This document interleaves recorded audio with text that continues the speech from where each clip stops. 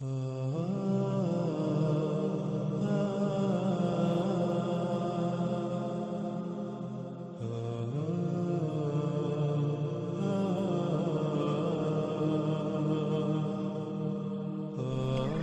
قوم عاد و قوم سمود کس قدر قوت میں بڑھ کر تھے اس کا اندازہ لگانا کوئی مشکل نہیں۔ اس وقت سکرین پر نظر آنے والی تصاویر انڈیا کے صوبے مہاراشٹرا میں ایک مقام کی ہیں جس کا نام لونر ہے، اور تصاویر میں نظر آنے والا گڑھا جو پانی سے بھرا ہوا ہے اسے لونر جھیل کا نام دیا جاتا ہے۔ اس جھیل کو 1823 میں برطانوی راج کے ایک برطانوی افسر جس کا نام الیگزینڈر لونر تھا اس نے دریافت کیا، اور اسی وجہ سے اس کا نام لونر رکھا گیا، اور یہاں موجود بستی کا نام بھی لونر رکھا گیا۔ ناظرین، یہ جھیل قوم سمود کی طرف سے قوم عاد پر پھینکے گئے ایک بم کی وجہ سے وجود میں آئی۔ وہ بم کس قدر طاقتور تھا اس کا اندازہ اس کے پھٹنے سے وجود میں آنے والے اس گڑھے کے سائز سے لگایا جا سکتا ہے۔ اس گڑھے کی لمبائی تقریباً 1980 میٹر، چوڑائی 1840 میٹر، گہرائی 150 میٹر، اس کے کنارے سطح زمین سے 20 میٹر بلند ہیں، یعنی تقریباً اس گڑھے کا قطر 2 کلومیٹر ہے۔ قوم عاد سمیت گزشتہ قومیں کس قدر قوت میں بڑھ کر تھیں آج کا انسان اس کا تصور نہیں کر سکتا۔ ان کے پاس جو اسلحہ تھا وہ بھی کس قدر قوت کا حامل تھا، وہ قومیں کس قدر قوت کی حامل تھی، اس کا اندازہ ہم اس جھیل سے لگا سکتے ہیں۔ اور اس کے علاوہ ان گڑھوں سے جو ان قوموں کے درمیان ہونے والی عالمی ایٹمی جنگ جسے اللہ سبحانہ وتعالی نے قرآن میں القاریہ کہا سے وجود میں آئے۔ تصاویر میں نظر آنے والے یہ گڑھے قوم عاد اور قوم سمود جن 2 ایٹمی جنگوں میں ہلاک ہوئے ان جنگوں میں پھٹنے والے بموں سے وجود میں آئے۔ ناظرین، اس وقت سکرین پر نظر آنے والی تصاویر قوم سمود کے ان آثار کی ہیں جن کا اللہ سبحانہ وتعالی نے قرآن میں بار بار ذکر کیا، اور بار بار یہی کہا کہ کیا تم نے نہیں دیکھا وہ کیسے ہلاک ہوئے؟ کیا تم نے زمین میں سیر نہیں کی کہ ان کے گھروں میں نہیں گھومے پھرے؟ اللہ سبحانہ وتعالی نے قرآن میں بار بار ایسا کیوں کہا؟ اللہ سبحانہ وتعالی نے قرآن میں ایسا بار بار اس لیے کہا تاکہ تم عبرت حاصل کرو، کیونکہ آج جو کچھ تم کر رہے ہو یہ سب تو پہلی ہلاک شدہ اقوام کر چکی، جسے وہ ترقی، سہولتوں، آسائشوں اور زمین میں اصلاح کا نام دیتے تھے، لیکن کیا یہ سب حقیقتاً اصلاح تھا یا پھر فساد؟ وہ فساد جس کا وہ خود ایسے شکار ہوئے کہ ان کا نام و نشان تک مٹ گیا، اور ان کے یہ آثار تمہارے لیے عبرت کا نشان بنا دیے گئے، اور اس کے باوجود آج تم یعنی دنیا میں آباد موجودہ لوگ بھی وہی سب کر رہے ہیں، تو پھر عنقریب تمہارا انجام بھی بالکل وہی ہونے والا ہے۔ ناظرین، قوم سمود کے چٹانوں میں تراشیدہ ان گھروں کو دیکھیں تو سوال یہ پیدا ہوتا ہے کہ کیا آج کے انسان جو ترقی اور ٹیکنالوجی کے نام پر بڑے بڑے دعوے کر رہے ہیں، ان سب ایجادات کے باوجود، ایسی جدید ترین ٹیکنالوجی کے باوجود، ایسی ہی چٹانوں میں ایسے گھر تراشے جا سکتے ہیں؟ کیا موجودہ انسان اس ٹیکنالوجی، ان ایجادات سے ایسی چٹانوں میں اس طرح کے گھر تراش سکتے ہیں؟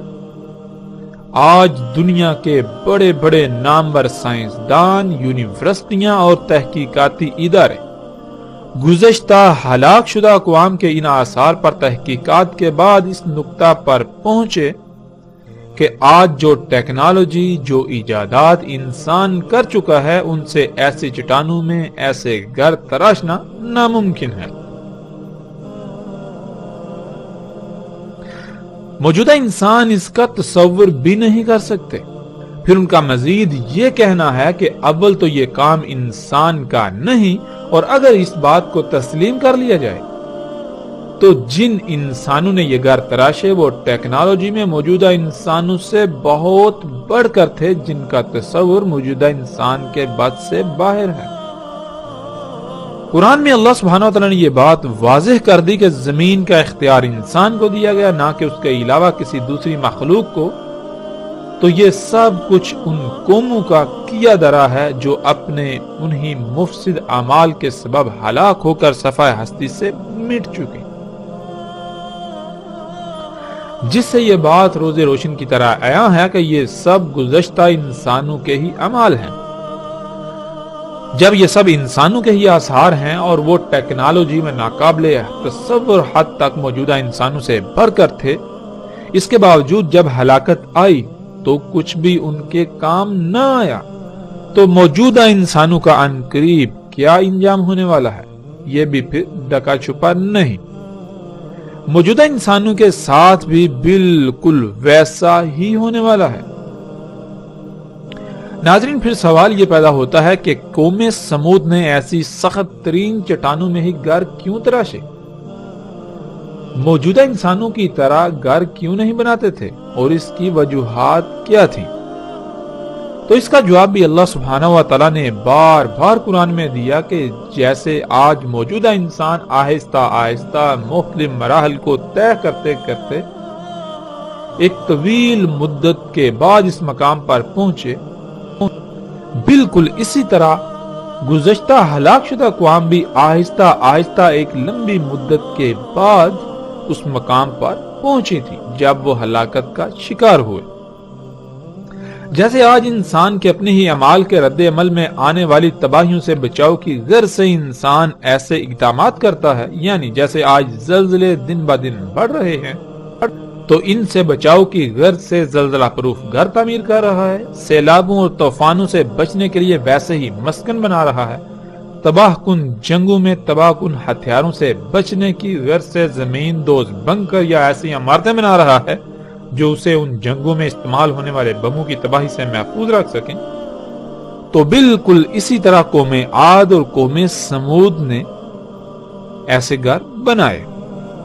تو بالکل اسی طرح قوم عاد اور سمود نے اگر ایسے گھر بنائے تو وہ ان ایٹمی ہتھیاروں سے بچاؤ کی غرض سے جن کا خوف انہیں لاحق رہتا تھا، اور بالآخر جب وہ تباہی آئی تو کچھ بھی ان کے کام نہ آیا۔ ان کے شہر بھی موجودہ انسانوں کی طرح تھے، ان کی تعمیرات بھی، لیکن جو چٹانوں میں انہوں نے گھر تراشے وہ صرف اور صرف ایٹمی حملوں سے بچاؤ کی خاطر۔ بالکل اسی طرح جیسے آج پوری دنیا میں ممکنہ ایٹمی حملوں سے بچاؤ کی خاطر چٹانوں میں اور زمین دوز بنکرز بنائے جا رہے ہیں۔ تو جب گزشتہ اقوام ٹیکنالوجی سمیت ہر لحاظ سے موجودہ انسانوں سے ناقابل تصور حد تک بڑھ کر تھیں، اس کے باوجود ان کا انجام کیا ہوا؟ وہ صفحہ ہستی سے مٹ گئے، کچھ بھی ان کے کام نہ آیا۔ جو کچھ بھی انہوں نے بنایا تو کیا موجودہ انسانوں کے کچھ کام آئے گا جو کچھ یہ بنا رہے ہیں؟ اس کے باوجود کہ یہ انہیں مسیحا سمجھ رہے ہیں، بالکل اسی طرح جیسے وہ بھی اپنی ان ایجادات کو مسیحا سمجھتے رہے، لیکن یہ سب دجال محض دھوکہ ثابت ہوا۔ یہ تمام کی تمام ایجادات جن کو انسان اصلاح کا نام دیتا ہے، لیکن اللہ سبحانہ و تعالیٰ قرآن میں بار بار انہیں فساد قرار دیتا ہے۔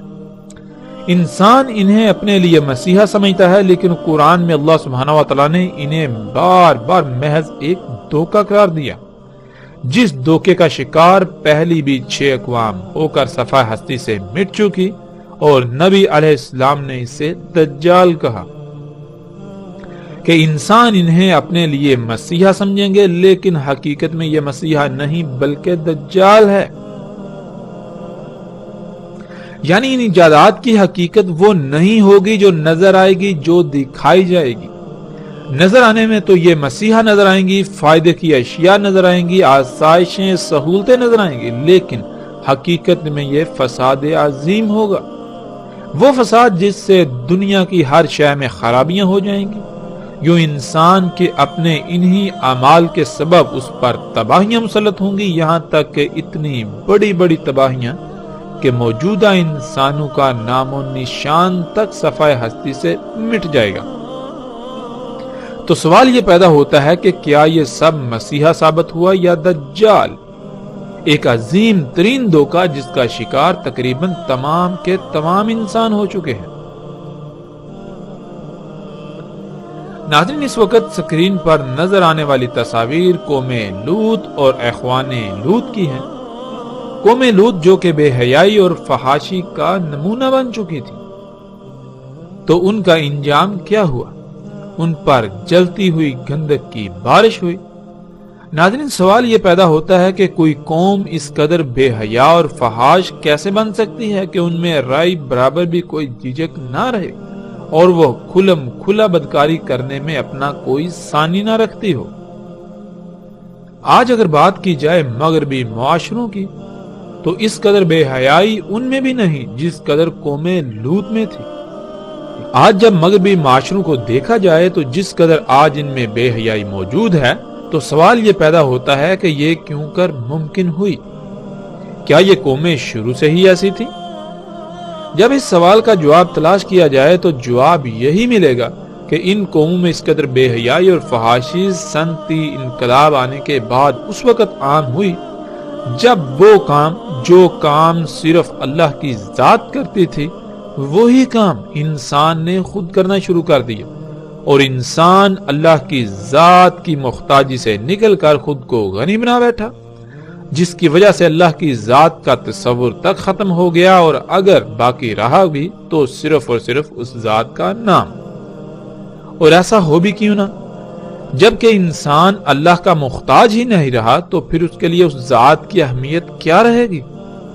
جب تک انسان خود کو اللہ کی ذات کا محتاج تصور کرتا ہے تب تک وہ کسی حد تک اس کی نافرمانی کر سکتا ہے، مگر اس حد تک نہیں جا سکتا۔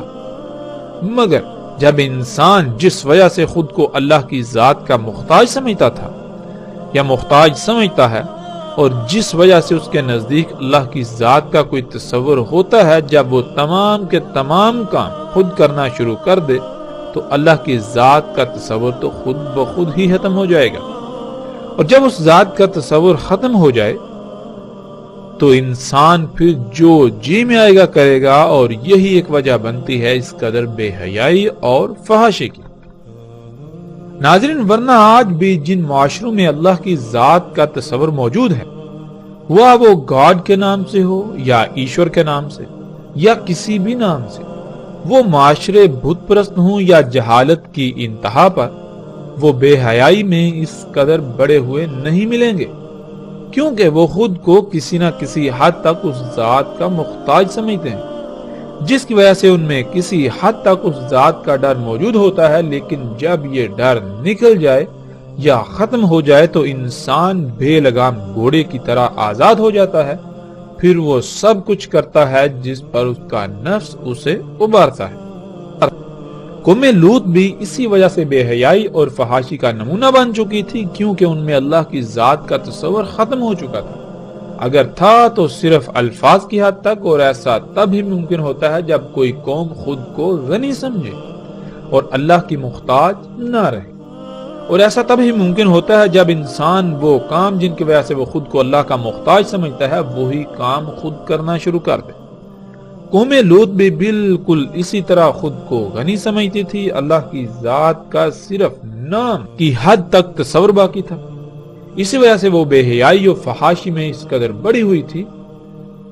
اس کا اندازہ اس قوم سے بھی لگایا جا سکتا ہے جنہیں اللہ سبحانہ و تعالیٰ نے قرآن میں اخوان لوط کہا۔ ناظرین، اس وقت سکرین پر نظر آنے والی یہ تصاویر اخوان لوط کی ہیں، اخوان لوط کے آثار کی ہیں، جو اٹلی میں حال ہی میں کھدائی کے دوران زیر زمین سے دریافت ہونے والا ایک ایسا شہر ہے جو کسی بھی لحاظ سے موجودہ جدید ترین معاشروں سے کم نہ تھا۔ آج اسی مقام کے ارد گرد آباد شہر کا نام پومپئی ہے، اسی وجہ سے اخوان لوط کے ان کھنڈرات کو بھی پومپئی کے نام سے جانا جاتا ہے۔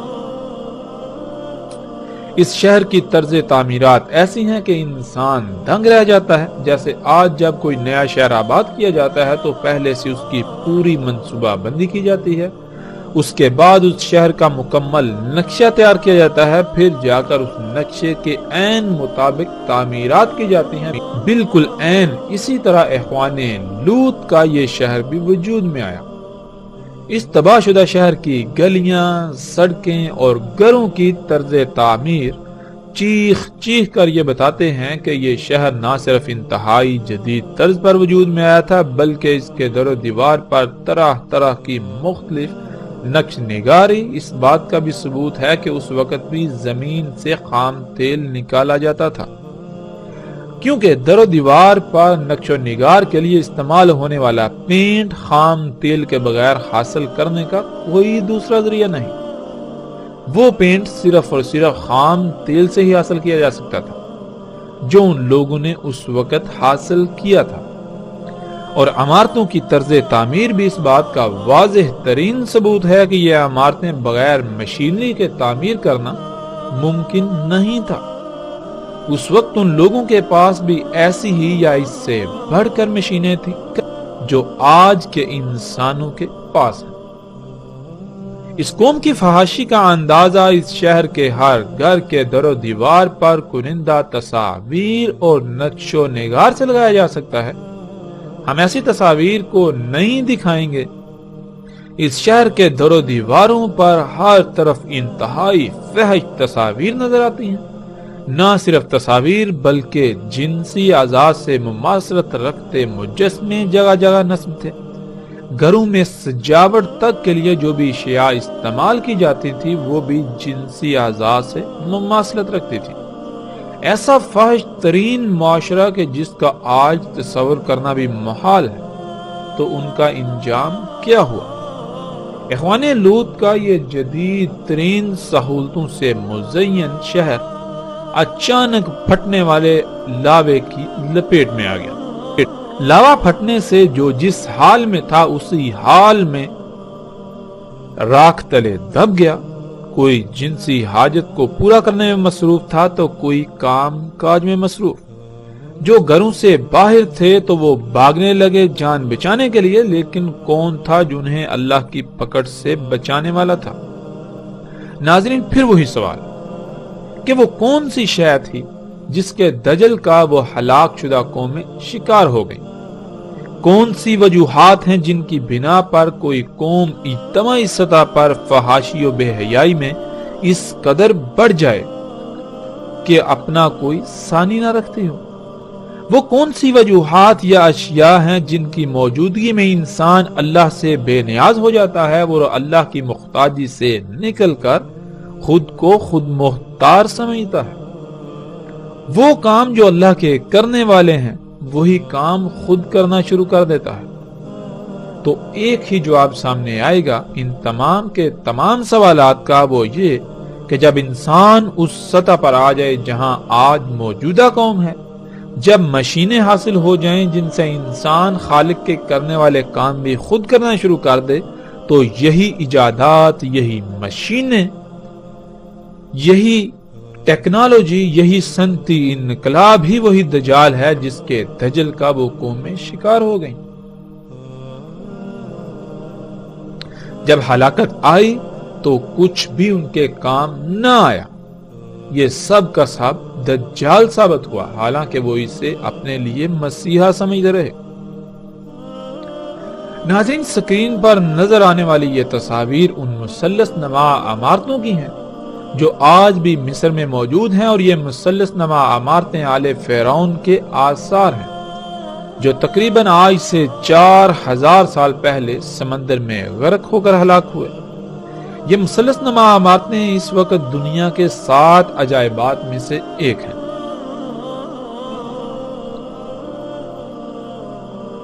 قرآن میں اللہ سبحانہ و تعالیٰ نے ان عمارتوں کو اوتاد کہا، اور اس وقت کے فرعون اور آل فرعون کو ان کا بانی قرار دیا، جس کی تفاصیل ہلاک شدہ اقوام کے موضوع پر آنے والے ایک ساتھ میں آئیں گی۔ ناظرین، آج پوری دنیا کے بڑے بڑے نامور سائنسدان ہوں بڑی بڑی نامور یونیورسٹیاں ہوں یا سرکاری و غیر سرکاری تحقیقاتی ادارے ہوں، کوئی ایک بھی ایسا نہیں جس نے ان مثلث نما عمارتوں پر تحقیقات نہ کی ہوں۔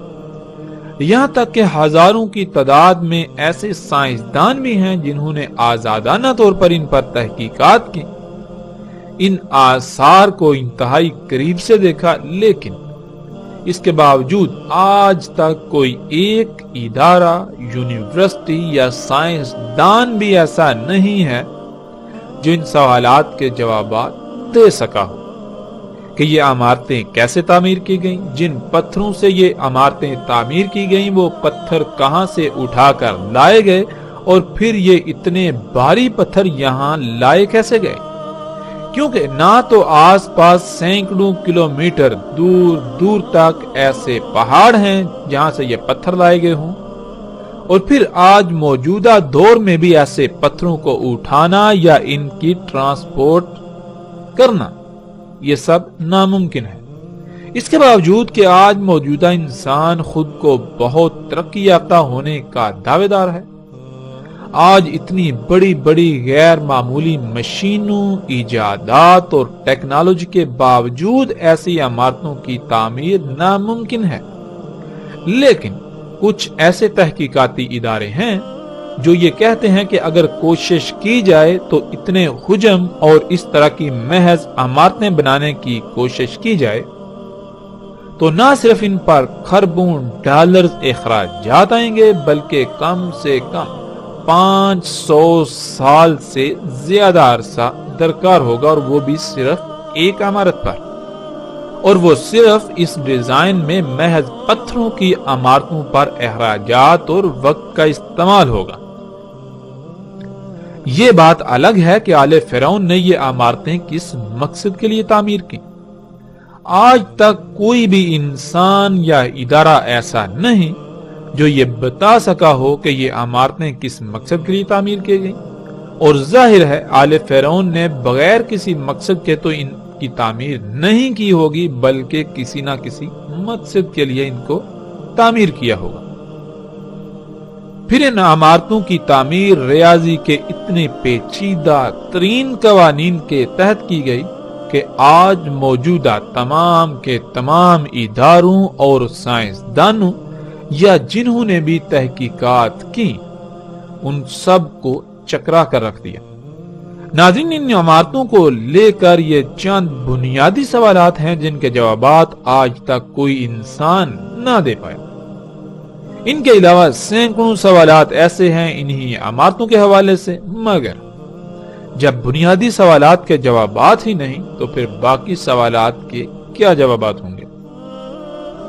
سائنسدانوں کی ایک بڑی تعداد اس بات کو تسلیم کرنے کو تیار ہی نہیں کہ یہ کام انسانوں کا ہو سکتا ہے، بلکہ ان کا یہی کہنا ہے کہ یہ کام انسانوں کا نہیں بلکہ کسی اور مخلوق کا ہے جو انسانوں سے ناقابل تصور حد تک ٹیکنالوجی میں بڑھ کر تھی، لیکن اس بات کو جھٹلایا نہیں جا سکتا کہ یہ کام انسانوں کا ہی ہے۔ تو جب یہ بات ثابت شدہ ہے کہ یہ کام انسانوں کا ہی ہے تو پھر ان کا کہنا یہ ہے کہ جن انسانوں نے یہ تعمیرات کی وہ موجودہ انسانوں سے ٹیکنالوجی اور ذہانت میں غیر معمولی حد تک بڑھ کر تھے۔ ناظرین، ان عمارتوں پر اٹھنے والے سوالات کے آج تک کوئی انسان جواب نہ دے پایا تھا کہ انہی عمارتوں سے تعلق رکھنے والے آل فرعون کے مزید ایسے آثار دریافت ہوئے جن کی تعمیرات بھی غیر معمولی ہیں، اور جب ان کے در و دیوار پر نگاہ دوڑائی جائے تو ان پر ایسی تصاویر کنندہ ہیں جو انسان کے رونگٹے کھڑے کر دیتی ہیں۔ سکرین پر آپ ان تصاویر کو دیکھ سکتے ہیں جن میں بالکل ایسے ہی ہیلی کاپٹر، جہاز، ٹینک، سیٹلائٹ انٹینا اور آبدوز کی تصاویر ہیں جو آج موجودہ انسانوں کے پاس ہیں۔ سوال یہ پیدا ہوتا ہے کہ اگر ایسی کوئی شے اس وقت وجود نہیں رکھتی تھی، یعنی موجودہ انسانوں سے پہلے وجود نہیں رکھتی تھی، تو پھر یہ تصاویر کیسے ان پتھروں پر اور ان دیواروں پر کنندہ کی گئیں؟ کیونکہ اگر اس وقت کوئی ایسی شے موجود ہی نہیں تھی تو پھر ان کا تصور بھی کیسے ہو سکتا تھا؟ کیا یہ محض تصوراتی تصاویر تھیں؟ اور اگر یہ محض تصوراتی تصاویر تھیں تو کیا آج ایسا ممکن ہے؟ نہیں، بالکل نہیں۔ یہ تصاویر چیخ چیخ کر اس بات کا اظہار کرتی ہیں کہ آل فرعون کے پاس یہ سب کچھ تھا۔ نہ صرف یہ سب بلکہ موجودہ انسان اس کا تصور بھی نہیں کر سکتے جو کچھ آل فرعون بنا چکے تھے، کیونکہ قرآن میں صراحت کے ساتھ یہ بات اللہ سبحانہ وتعالی نے بیان کی ہے کہ فرعون نے نہ صرف ان عمارتوں کو موسیٰ علیہ السلام کے رب اللہ سبحانہ وتعالی کے ساتھ مقابلہ کرنے کے لیے بنایا، بلکہ وہ اپنی طرف سے موسیٰ کے رب کو شکست دے چکا تھا۔ اس کے بعد وہ موسیٰ علیہ السلام اور بنی اسرائیل کے پیچھے پڑا انہیں قتل کرنے کے لیے کہ موسیٰ کے رب سے تو نبٹ چکا، اب موسیٰ کی باری ہے۔ فرعون نے کیسے اللہ سبحانہ وتعالی کے ساتھ مقابلہ کیا؟ ان عمارتوں کو کیسے، کتنی مدت میں اور کن مقاصد کے لیے تعمیر کیا، اور آل فرعون کے پاس کیا کچھ تھا؟ ان تمام سوالات کے جوابات ہم آگے جا کر ہلاک شدہ اقوام کے موضوع پر آنے والے ایک ساتھ میں تفاصیل کے ساتھ دیں گے، اور ایسے ایسے رازوں پر سے پردہ اٹھائیں گے جو آج تک راز ہی رہے۔ ایسے ایسے سوالات کے جوابات دیں گے جن کے جوابات آج تک کوئی انسان نہ دے پایا، اور نہ صرف ہم جوابات دیں گے بلکہ پوری دنیا کو چیلنج کریں گے کہ وہ ہمارے جوابات کو غلط ثابت کر کے دکھائے، جو کہ ناکام رہیں گے بلکہ الٹا اپنی تحقیقات سے ان کو سچا ہی ثابت کریں گے۔ یہ تمام باتیں تو آنے والی ایک ساتھ میں ہوں گی، لیکن یہاں جو بات سامنے آتی ہے وہ یہ کہ جو اللہ کی ذات کے ساتھ مقابلے پر اتر آئے اور پھر وہ یہ سمجھے کہ اس نے اللہ کی ذات کو شکست دے دی، کیا وہ پتھر کے دور کا کوئی انسان ہو سکتا ہے؟ وہ کون سی شے ہے جو انسان کو خالق و مالک سے بالکل بے نیاز کر دے اور الٹا اس کو خالق کے مقابلے پر لا کھڑا کرے؟ وہ کون سی شے ہے جس کی بنیاد پر انسان یہ جرأت کر سکتا ہے کہ وہ خالق و مالک اللہ سبحانہ وتعالی کے ساتھ ببانگے دوہل مقابلے پر اتر آئے؟ وہ ٹیکنالوجی میں کس قدر بڑھ کر تھا، موجودہ انسان اس کا تصور بھی نہیں کر سکتے۔ ناظرین، اور جب ان کی تعمیرات کا ہی آج تک کوئی جواب نہ دے سکا تو پھر یہ کیسے ممکن ہے کہ موجودہ انسان اس بات کا تصور کر سکیں جو کچھ ان کے پاس تھا؟ اللہ سبحانہ وتعالی نے قرآن میں صراحت کے ساتھ کہہ دیا کہ تم ان ہلاک شدہ اقوام کے 10% کو بھی نہیں پہنچے اور نہ ہی پہنچ سکتے ہو۔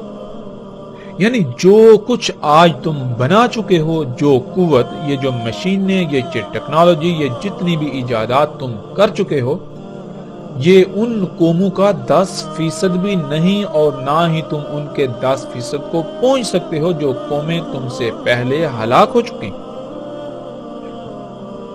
قوم عاد، قوم سمود، قوم لوط، اصحاب مدین ہوں یا پھر آل فرعون وغیرہ، ان کے پاس جو کچھ تھا وہ تم سے کئی گنا بڑھ کر تھا۔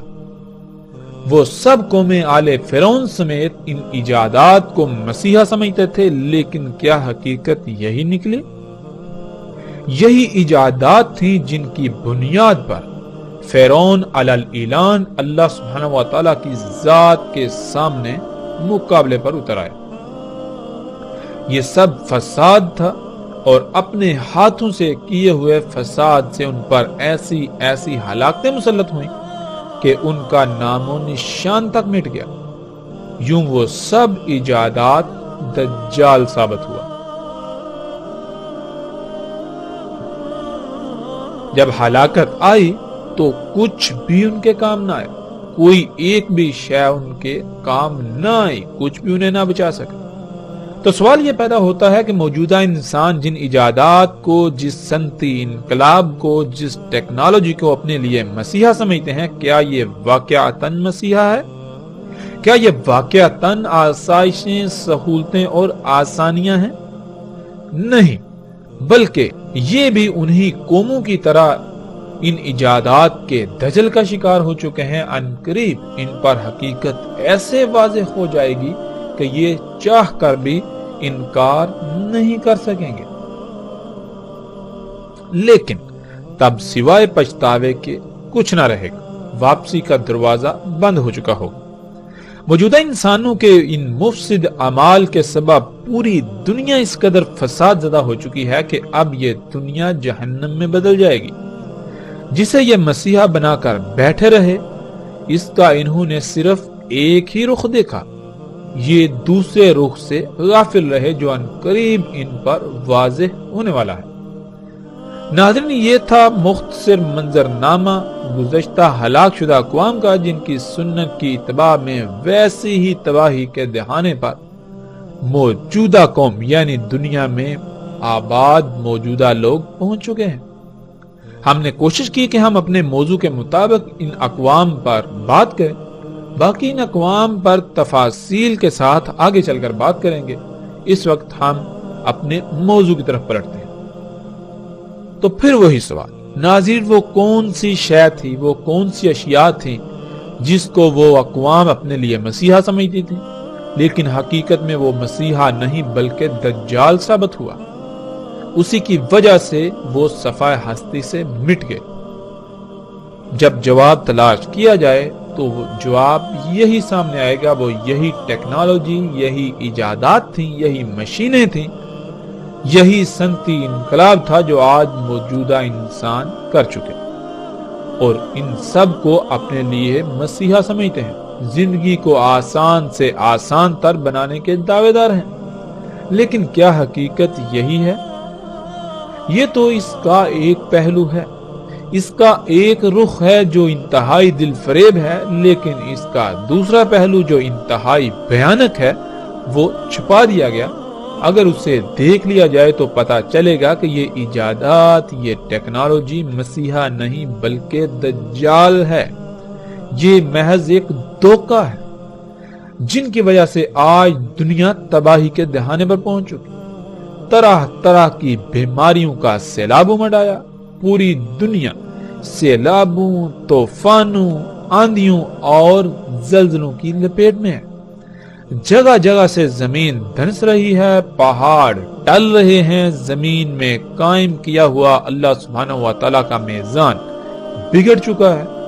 ان ایجادات کی وجہ سے، اس صنعتی انقلاب کے نام پر دجال کی وجہ سے، اسی صنعتی انقلاب، ان ایجادات، اس ترقی کے نام پر دجال کی وجہ سے ایک عظیم تباہی موجودہ انسانوں کے سر پر آ چکی ہے۔ لیکن کوئی بھی ایسا نظر نہیں آتا جو غور و فکر کرنے والا ہو، جو اللہ کی طرف لپکنے والا ہو۔ ناظرین، رسول اللہ صلی اللہ علیہ وآلہ وسلم نے کہا تھا کہ کوئی ایک بھی نبی ایسا نہیں جس نے اپنی قوم کو فتنہ دجال سے نہ ڈرایا ہو۔ اور ایسی روایات میں عربی کے جو الفاظ استعمال کیے وہ دو طرح کے ہیں، ایک ہے لفظ ناظرہ اور دوسرا ہے لفظ حاضرہ۔ ناظرہ کہتے ہیں متنبہ کرنے کو، یعنی اگر کوئی ایسا کام کیا جا رہا ہو جس کا نتیجہ انتہائی بھیانک ہو یا نقصان دہ ہو تو اس کام یعنی اس عمل کے رد عمل سے پہلے ہی اس سے آگاہ کر دینا کہ اس عمل کو یا ان اعمال کو چھوڑ دو، ورنہ رد عمل کی صورت میں مارے جاؤ گے، نقصان اٹھاؤ گے۔ تو جتنے بھی نبی آئے انہوں نے دجال سے متنبہ کیا، یعنی انسان جو اعمال کر رہے تھے ان کو متنبہ کیا کہ اگر تم نے اپنے انہی اعمال کو جاری رکھا، ان اعمال کو ترک نہ کیا، تو پھر وہ وقت دور نہیں جب تم اس مقام پر پہنچ جاؤ گے جہاں سے واپسی ناممکن ہو جائے گی، اور تمہاری انہی اعمال کے رد عمل میں ایسی تباہی تم پر مسلط ہوگی کہ تمہارا نام و نشان مٹ جائے گا۔ کیونکہ جو اعمال تم کر رہے ہو یہ تمہیں آہستہ آہستہ مرحلہ با مرحلہ ایک وقت ایسا آئے گا کہ اللہ کے ساتھ کھلم کھلا شریک بنا کر کھڑا کر دیں گے. یعنی تم آہستہ آہستہ بڑھتے بڑھتے ایسی ایجادات کرو گے کہ تم اللہ کے کاموں میں براہ راست مداخلت کرو گے. تم ان ایجادات کو اپنے لیے مسیحا سمجھو گے مگر وہ دجال ہوگا. اسی وجہ سے تم پر عظیم ہلاکت مسلط ہوگی، تم پر ساتھ آئے گی. ناظرین، ہر قوم جب اللہ کی حدود سے باہر نکلتی ہے تو پھر یہ کائنات اللہ سبحانہ تعالی نے خلق ہی ایسے کی کہ انسان کے سامنے حادثاتی طور پر راز کھلتے چلے جائیں گے. یوں آہستہ آہستہ انسان اس سطح پر پہنچ جائے گا کہ وہ اپنے ہاتھوں سے دجال کو خلق کر بیٹھے گا، جس کا انجام عظیم تباہی کے سوا کچھ نہ ہوگا. یہی گزشتہ اقوام کے ساتھ ہوا اور یہی اس موجودہ قوم کے ساتھ ہوا اور اب عظیم تباہی سر پر آ چکی ہے. ناظرین، دوسرا لفظ تھا حاضرہ. حاضرہ کہتے ہیں اس خطرے کو، اس ڈر کو جو سامنے موجود ہو یا پھر بالکل واضح نظر آ رہا ہو. یعنی ہر نبی نے دجال سے ڈرایا جو ایسا خطرہ تھا، ایسا فتنہ تھا جو موجود تھا. جب ہر نبی نے ڈرایا اور متنبہ کیا تو کیا وہ قومیں متنبہ ہوئیں؟ انہوں نے اپنے اعمال کو ترک کر دیا. قرآن میں اللہ سبحانہ وتعالی نے بار بار واضح کر دیا کہ نہیں، انہوں نے ہر نبی کی، ہر رسول کی تکذیب کر دی. تو پھر وہ اسی ہلاکت کا شکار ہوئے جس سے ان کو متنبہ کیا گیا تھا. اللہ سبحانہ وتعالی قرآن میں واضح طور پر اسے حیات الدنیا، یہ ایجادات قرار دیتا ہے، اور رسول اللہ صلی اللہ علیہ وآلہ وسلم نے اسے دجال کہا. فرق صرف اتنا ہے کہ لفظ دجال اصل عربی کا لفظ نہیں ہے بلکہ دوسری زبانوں سے عربی میں داخل کیا گیا لفظ تھا، بالکل ایسے ہی جیسے آج آپ کو عربی کے اندر الفاظ کی ایک کثیر تعداد ملے گی جو عربی کے الفاظ نہیں ہیں بلکہ وہ دوسری زبانوں سے داخل ہوئے. مثلا جیسے لفظ ٹیکنالوجی ہے تو آج عربی میں وہ داخل ہو چکا اور اسے عربی لہجے میں ٹیکنالوجی کہا جاتا ہے. جیسے ہی تھوڑا وقت گزرے تو آئندہ آنے والی نسلیں یہ ماننے کو تیار ہی نہیں ہوں گی کہ یہ لفظ ٹیکنالوجی عربی کا لفظ نہیں ہے بلکہ ان کے لیے یہ لفظ عربی کا ہی کہلائے گا اور انہیں نظر آئے گا. بالکل اسی طرح اس وقت لفظ دجال جو کہ اصل عربی کا لفظ نہیں ہے، یہ کسی دوسری زبان کا لفظ تھا جو اس وقت عام استعمال ہوتا تھا. اور قرآن میں اللہ سبحانہ وتعالی نے لفظ غرور استعمال کیا جو کہ خالص اصل عربی کا لفظ ہے، لیکن اس وقت اس کا استعمال عام نہیں تھا بلکہ اسی طرح جیسے قرآن میں لفظ الانفال آیا، جب یہ لفظ عربوں کے سامنے آیا تو وہ اس لفظ سے ہی واقف نہ تھے. تو سوال کر دیا کہ یہ انفال کیا ہے، تو صرف لفظ انفال کی وضاحت کے لیے پوری سورت انفال نازل ہوئی. ناظرین، بالکل اسی طرح اس وقت عربوں میں لفظ غرور استعمال نہیں ہوتا تھا بلکہ لفظ غرور کی بجائے لفظ دجال عام استعمال ہوتا تھا. یعنی لفظ غرور کے متبادل کے طور پر لفظ دجال کا استعمال اس وقت عام تھا. دجال لفظ چونکہ اصل عربی کا لفظ نہیں اور قرآن اللہ سبحانہ وتعالی نے عربی میں نازل کیا تو اسی وجہ سے رسول اللہ صلی اللہ علیہ وآلہ وسلم نے اس وقت کے لوگوں کو سمجھانے کے لیے جو اس وقت لفظ عام استعمال ہوتا تھا، جو سب کی سمجھ میں آنے والا تھا، اسے استعمال کیا. یوں لفظ غرور اور لفظ دجال دونوں ایک ہی معنی رکھتے ہیں. اللہ سبحانہ وتعالی نے اسے قرآن میں حیات الدنیا قرار دیا جیسا کہ آپ اس آیت میں دیکھ سکتے ہیں. اللہ سبحانہ وتعالی کہتے ہیں وَمَا الْحَيَاةُ الدُّنْيَا إِلَّا مَتَاعُ الْغُرُورِ، اور نہیں ہے دنیا کی حیات مگر دھوکے کا ساز و سامان. یعنی یہ جو کچھ بھی اس وقت دنیا میں تمہیں نظر آ رہا ہے یا جو کچھ تم بنا چکے ہو یہ محض ایک دھوکہ ہے. اور اللہ سبحانہ وتعالی نے قرآن میں بار بار کہا، اس پر زور دیا کہ کہیں اس دجل کا، اس دھوکے کا شکار نہ ہو جانا. یہ دنیاوی مال و متاع، یہ جو کچھ بھی ہے، یہ محض دھوکہ ہے، تو جو بھی اس کے دھوکے کا شکار ہوگا تو وہ دنیا اور آخرت میں ہلاکت کا شکار ہو جائے گا۔ اور اگر پوری کی پوری قوم ہی اس دھوکے کا شکار ہو جائے تو پھر دنیا کو فساد اور اس فساد کے ظاہر ہونے، یعنی انسانوں کے اعمال کے رد عمل کے طور پر آنے والی تباہیوں اور بالآخر انسانوں کے نزدیک ایسی عظیم تباہی سے کوئی نہیں بچا سکتا جو انسانوں کا صفحہ ہستی سے نام و نشان مٹا دے۔ ناظرین، الحمدللہ ہم نے قرآن سے یہ جان لیا کہ وہ کون سی شے تھی جس سے تمام کے تمام نبیوں نے متنبع کیا۔ وہ یہی ٹیکنالوجی تھی، یہی ایجادات تھی، یہی دنیاوی مال و متاع تھا، اور انہی ایجادات کے سبب آنے والی عظیم تباہی سے متنبع کیا۔ تو پھر یہ کیسے ممکن ہو سکتا ہے کہ دجال اس کے علاوہ کچھ اور ہو؟ ایسا ممکن ہی نہیں کہ دجال اس کے علاوہ کوئی اور شے ہو۔ اب اصل سوال یہ ہے کہ اگر دجال یہی ایجادات ہیں، یہی صنعتی انقلاب ہے، تو کیا محمد رسول اللہ صلی اللہ علیہ وآلہ وسلم نے ان ایجادات کو دجال کہا؟ اور اگر ان کو دجال نہیں کہا تو کم از کم اتنے غیر معمولی امور کے بارے میں رسول اللہ صلی اللہ علیہ وآلہ وسلم نے کچھ نہ کچھ تو ضرور بتایا ہوگا۔ کیا یہ ایسا ممکن ہے کہ اتنے غیر معمولی امور جن کا آج سے چند صدیاں پہلے تصور کرنا بھی ممکن نہیں تھا، ان کے بارے میں رسول اللہ صلی اللہ علیہ وسلم نے کچھ بتایا نہ ہو؟ ایسا ممکن ہی نہیں۔ اگر ان کو دجال نہیں کہا تو پھر ان کو کیا کہا؟ کچھ نہ کچھ تو ضرور کہا ہوگا۔ ان ایجادات کے بارے میں کیا آج تک ہمیں بتایا گیا؟ کیا آج تک ہم نے یہ سوال اٹھایا؟ اگر نہیں تو کیوں؟